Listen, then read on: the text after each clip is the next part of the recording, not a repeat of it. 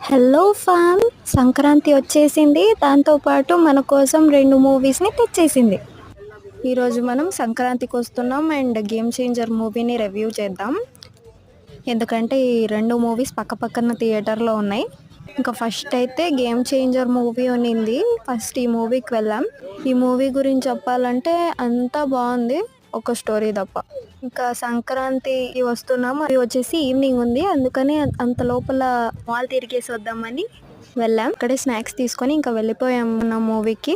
ఇంకా ఈ movie review అయితే అవుట్ అండ్ అవుట్ కామెడీ. ఎక్కడ మనకు బోర్ కొట్టదు. ఫుల్ ఎంటర్టైన్మెంట్ అన్నమాట. మంచిగా చిల్ అవ్వచ్చు. ఈ 2 మూవీస్కి డిఫరెన్స్ ఏమంటే 'గేమ్ చేంజర్' రియాలిటీకి కొంచెం దూరంగా ఉంది అండ్ సంక్రాంతి అయితే రియాలిటీకి చాలా దగ్గరగా ఉంది.